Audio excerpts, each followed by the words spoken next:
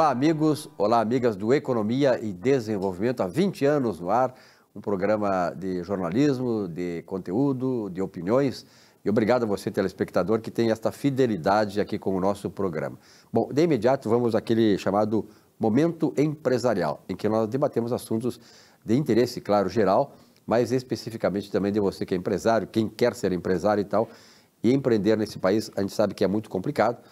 E é preciso ter o assessoramento de gente especializada, né? Como é o caso deste espaço aqui, o chamado Momento Empresarial. E nesse Momento Empresarial, Giovanni D'Agostino. Giovanni, prazer em tê-lo aqui novamente. Silvio Lopes, o prazer é meu em estar participando do seu programa. Eu trouxe aqui algumas breves notícias últimas, né? Acerca da área contábil, a área empresarial, né? Primeiramente, destacar para os nossos telespectadores que o prazo fatal para a entrega da declaração do imposto de renda das pessoas físicas finda no final desse mês, do mês de maio. E sugiro aos senhores, para evitar a malha fina, que adquiram um certificado digital, esse eCPF, e façam a declaração através de uma espécie de um rascunho, né, que através do certificado digital, então, é possível baixar as informações da Receita Federal para dentro do aplicativo da declaração e, dessa feita, reduz a incidência da malha fina, né, no caso. Essa é uma sugestão que eu dou para os nossos telespectadores. É uma boa dica e oportuna dica, isso mesmo. Né? Bom, hoje foi publicada a Lei número 14.151, hoje, dia 13 de maio, né, esse programa é gravado. Essa lei fala do afastamento da empregada gestante, né? O que acontece? A empregada, quando ela está gestante, então, quando ela está grávida, a empresa dispensa o trabalho físico dela nas dependências da empresa, enquanto durar a pandemia, né? E essa trabalhadora, então, ela continua trabalhando, só que pelo regime do teletrabalho. Então, vai a dica, né, dessa legislação que foi publicada hoje. Uma outra recente legislação que impacta ali na vida dos empresários, né, e é uma legislação, de certa forma, boa, é a isenção do ICMS, né, que foi conferida pelo governador, através do decreto estadual número 55.859, publicado no dia 30 de abril, que confere, então, isenção para os transportadores de passageiros intermunicipal, né? Esses transportadores que pagam ICMS, no período do dia 30 de abril até o dia 31 de dezembro desse ano, né? A meu juízo, veio tardia essa lei, essa norma, no caso, esse decreto, mas antes tarde do que nunca, não é? Acontece que, muito por causa dos efeitos da restrição da mobilidade urbana, as empresas que transportam passageiros sofreram aí um grande baque, né? E sofreram os efeitos de uma lei que não foi feita por eles, né? Que as restrições foram implantadas pelo governo. Então, nada mais justo do que o governo, né, abrir mão daquilo que ele impediu fosse produzido em termos de riqueza e de renda. Justo, né?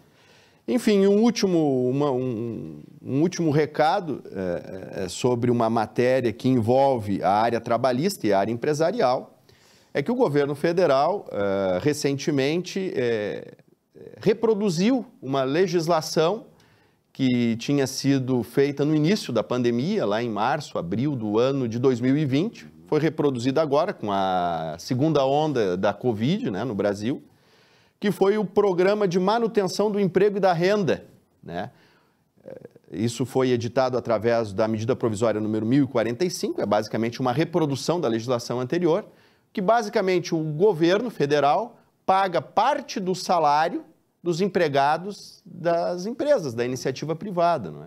Podendo a empresa pactuar individualmente ou através de norma coletiva sindical redução da jornada de trabalho e dos salários, de 50%, de 25%, né?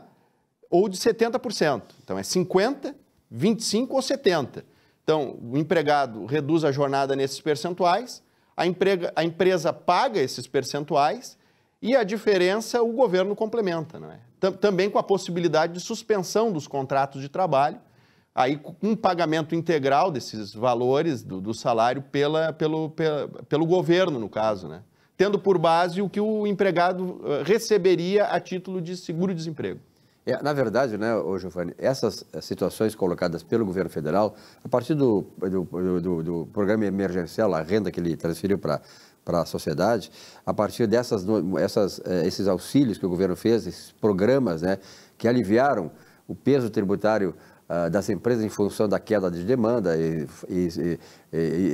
pela falta de atividade empresarial, nada mais justo do que o governo fazer isso. E, na verdade, é isso aí que acabou permitindo que a economia não tivesse um colapso maior do que teve. Quer dizer, então, a recuperação da economia está se dando exatamente porque algumas condições mínimas foram garantidas pelo governo federal. Sim, além dessa medida, teve o auxílio emergencial também, que desafogou bastante, né? Ajudou muito. E também o governo federal suspendeu o prazo para o pagamento do FGTS das empresas. Com certeza. Então, o FGTS da competência de abril, maio, junho e julho foi prorrogado para ser pago em 4 prestações a partir de setembro. Que maravilha, hein? Né? Então tá. Outras alterações que eu acho oportuno o empresário tomar conhecimento é que pode ser antecipada as férias dos empregados, né? O pagamento das férias pode ser pago no 5º dia útil do mês subsequente do início do gozo, né? E 1/3 das férias pode ser pago, dentro dessa medida, juntamente com o 13º salário. Que maravilha. Giovanni, obrigado pela tua presença aqui e, sobretudo, por esclarecimento que tu trazes aqui, oportunos e que acabam sendo benéficos para que a empresa, né, de modo geral, ela volte à atividade e se recupere, porque isso faz bem, porque precisamos criar emprego, tem 14 milhões de desempregados no Brasil, e eu acho que depois da politização que se fez nessa pandemia, aí nada mais justo do que fazer com que nós passemos a confiar nas empresas, de modo geral, porque elas são a substância da sociedade. Porque sem empresas, sem empregos, nós não temos uma sociedade justa e próspera. Obrigado, Giovanni. Obrigado, um forte abraço. Neste momento empresarial.